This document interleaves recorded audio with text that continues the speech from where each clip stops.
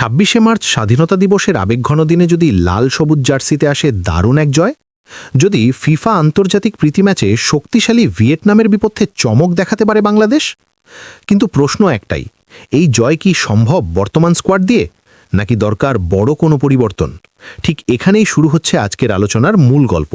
কারণ আসন্ন এই ম্যাচকে ঘিরে উত্তেজনার পাশাপাশি চলছে তুমুল সমালোচনা, বিশেষ করে প্রধান কোচ হ্যাভিয়ার ক্যাব্রেরার দল নির্বাচন নিয়ে। অনেকের অভিযোগ, তিনি বারবার একই চেনা মুখদের নিয়ে নামেন, ফলে ফর্মে থাকা কিংবা সম্ভাবনাময় বেশ কিছু ফুটবলার সুযোগই পান না। বিশেষ করে আক্রমণ ভাগে পরিবর্তনের দাবি জোরালো হয়েছে। তাই প্রশ্ন উঠছে, ভিয়েতনামকে চ্যালেঞ্জ জানাতে কি এবার দরকার নতুন চার মুখ? বাংলাদেশ ফুটবল ফেডারেশন অর্থাৎ বাংলাদেশ ফুটবল ফেডারেশনের নজরে নাকি রয়েছেন 4 জন অরিজিন বা প্রবাসী ফুটবলার, যারা দলে এলে বদলে যেতে পারে ম্যাচের চিত্র। অনেকেই তাদের নাম শুনেছেন, কেউ হয়তো প্রথমবার জানছেন, কিন্তু একটি বিষয় নিশ্চিত, এই 4 জনকে একাদশে দেখা গেলে ম্যাচের গতি বদলে যেতে পারে। চলুন একে একে জেনে নেওয়া যাক তাদের সম্পর্কে। 4 নম্বরে আছেন জায়ান হাকিম। বর্তমানে তিনি খেলছেন ইংল্যান্ডের 8ম স্তরের লিগে।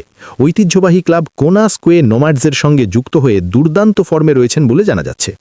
নিয়মিত গোল করছেন, বক্সের ভেতরে তার মুভমেন্ট শার্প, আর সবচেয়ে বড় বিষয় তার ফিটনেস।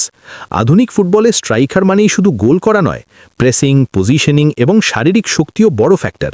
জায়ান সেই দিক থেকে এগিয়ে। বাংলাদেশ দলে দীর্ঘদিন ধরেই একজন ধারাবাহিক গোলদাতার অভাব অনুভূত হচ্ছে। ভিয়েতনামের মতো দ্রুতগতির দলের বিপক্ষে কাউন্টার অ্যাটাকে কার্যকর হতে হলে এমন একজন ফিট এবং আত্মবিশ্বাসী স্ট্রাইকারই হতে পারে বড় অস্ত্র।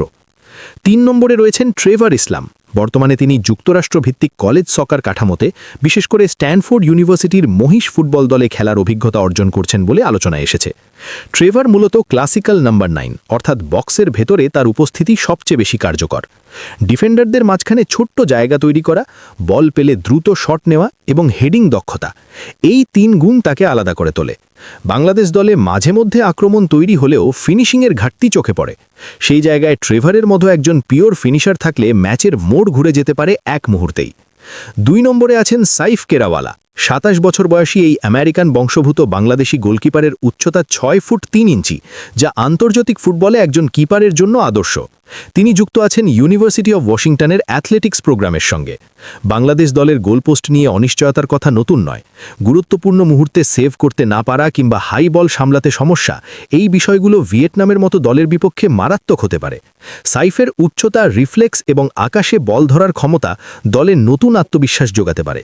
যদি তাকে দলে আনা যায়, গোলরক্ষকের জায়গায় একটি দীর্ঘমেয়াদী সমাধান মিলতে পারে। আর 1 নম্বরে সবচেয়ে আলোচিত নাম ইকরামুল কেশপার হক। তাকে অনেকেই বাংলাদেশের সার্জিও র্যামোস বলে থাকেন, কারণ তার আগ্রাসী ডিফেন্ডিং, লিডারশিপ এবং বল নিয়ে আত্মবিশ্বাসী খেলা। তিনি অনূর্ধ্ব 23 দলের ক্যাম্পেও ডাক পেয়েছিলেন এবং তরুণ হলেও মানসিক দৃঢ়তায় পরিপক্ক।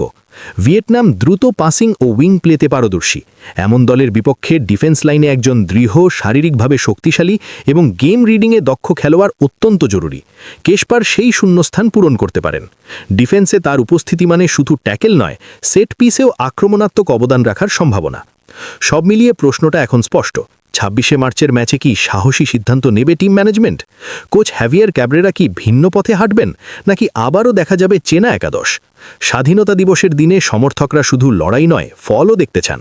ভিয়েতনামকে হারানো সহজ নয়, কিন্তু অসম্ভবও নয়, যদি সঠিক পরিকল্পনা, সঠিক কৌশল আর সঠিক খেলোয়াড় বাছাই করা যায়। এখন বলুন, আপনার মতে এই 4 জন কি বাংলাদেশের জার্সিতে দেখা উচিত, নাকি আরও নতুন মুখ দরকার? আপনার একাদশে কাদের রাখবেন? কমেন্ট করে জানাতে ভুলবেন না কিন্তু, কারণ আপনার মতামতই হতে পারে আগামী আলোচনার কেন্দ্রবিন্দু। আর এমন বিশ্লেষণ পেতে ভিডিওটি শেষ পর্যন্ত দেখুন, লাইক দিন আর সাবস্ক্রাইব করে থাকুন, কারণ সামনে আসছে আরও বড় আপডেট।